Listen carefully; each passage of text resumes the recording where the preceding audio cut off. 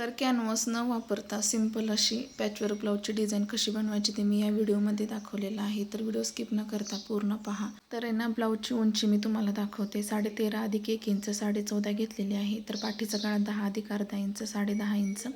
त्यानंतर तुम्ही बघू शकता तिथं 2.25 इंच घेतलेलं आहे आणि वरच्या बाजूला 2 इंच खूण केली आणि बाजूला 1 इंच आणि त्यानंतर नॉर्मल असा कर्व शेप असा दिलेला आहे आणि वरच्या बाजूला 2.25 इंच घेऊन बरोबर असा गळा आखून घ्यायचा आणि त्यानंतर मी अस्तरवरचा बरोबर गळा मी कट करून घेते. तुम्ही बघू शकता अशा पद्धतीने.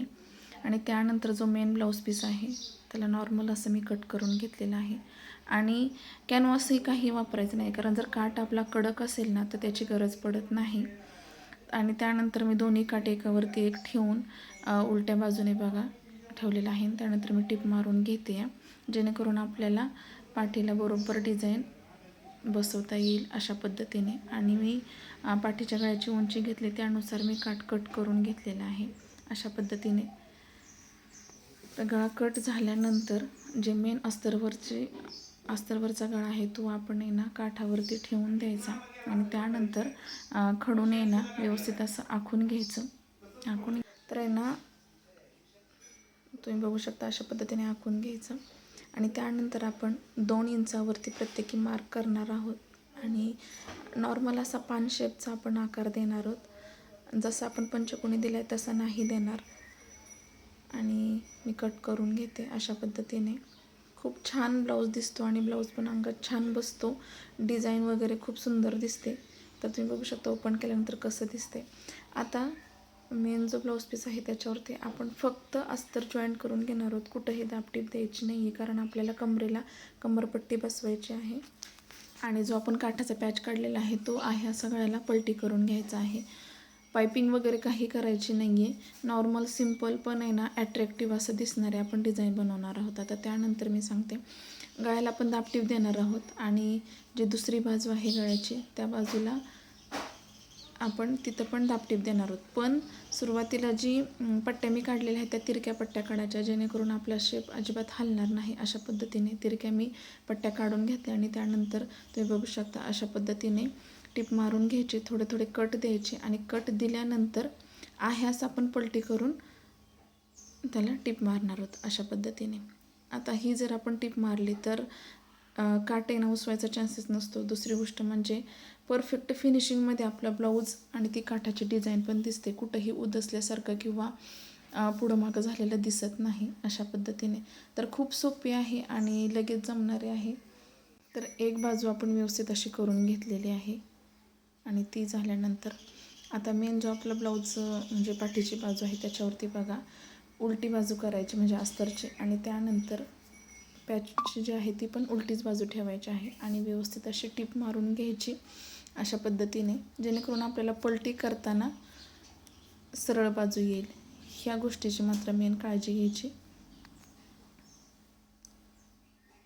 तर मी नेहमी सांगत असते, ब्लाऊज शिवताना छोट्या छोट्या ज्या टिप्स असतात त्या लक्षात ठेवायच्या आणि त्यानुसार ब्लाऊज शिवायचा, अजिबात चुकत नाही. आता जे आपण जॉईन केलेलं आहे तिथं कट द्यायचे, जेणेकरून काय होतं फिनिशिंगमध्ये आपली टिप बसती. नॉर्मल पण अशी चून येत नाही अशा पद्धतीने. आता आपण पलटी केलेलं आहे आणि टिप न मारतासुद्धा आपला बघा कसा गळा दिसतो आहे. तर ही जी डिझाईन आहे ना कमी वेळात कॅनव्हास न वापरता अस्तरही आपण वापरलेलं नाही आहे अशा पद्धतीने डिझाईन बनवायची. आणि शिलाई पण त्याच पद्धतीने घ्यायची, कारण हे सुद्धा बनवायला आपल्याला कष्ट लागतात, हे मात्र विसरायचं नाही. तर अशा पद्धतीने तुम्ही पण डिझाईन नक्कीच बनवा. आणि चॅनलला नवीन असाल तर लाईक करा, शेअर करा आणि सबस्क्राईब करायला विसरू नका. तर तुम्ही बघू शकता आपली मस्त अशी डिझाईन रेडी झालेली आहे. त्यानंतर मी नॉड आणि लटकन पण बनवलेलं आहे, बसवलेलं आहे. आता आपण टक्स टाकून घेणार आहोत. तर मी 4 ते 4.25 इंचावरती टक्स टाकून घेते आणि जे कमरेची फिटिंगची जी मार्जिन असतं त्या बाजूने अर्धा इंच कट करायचं टक्सच्या बाजूला. त्यामुळे काय होतं फिटिंगमध्ये ना व्यवस्थित आणि सरळ कंबरपट्टी आपली येते, तिरकी वगैरे येत नाही. अशा पद्धतीने आपली बघा पाठीची डिझाईन रेडी झालेली आहे आणि त्यानंतर मी कंबरपट्टी बसवून घेते. तर अशा पद्धतीने कंबरपट्टी नॉर्मली सगळ्याच ब्लाऊजला बसवायची, ती मात्र काळजी घ्यायची, कारण कंबरपट्टी बसवल्याने ब्लाऊज पाठीच्या बाजूने खूप व्यवस्थित आणि छान दिसतो. पायपिंग वगैरे असेल तर एखाद्या ब्लाऊजला आपण पलटी मारू शकतो, तसं काही नाही आहे. पण शक्यतो अशी डिझाईन वगैरे केलीच तर आपण नक्कीच कंबरपट्टी जोडायची. तर अशा पद्धतीने बघा आपला ब्लाऊज तयार झालेला आहे. तर डिझाईन कशी वाटली नक्कीच मला कमेंटमध्ये सांगा. आणि जेवढी जास्त आपली प्रॅक्टिस होईल, जेवढे हातातून जास्त ब्लाऊज जातील, तेवढं आपलं फिनिशिंगमध्ये खूप बदल होत जातो. त्यामुळे तर तुम्ही बघू शकता फायनल लुक कसा आहे. कटोरी ब्लाऊज होता, 38 साईजचा ब्लाऊज आहे.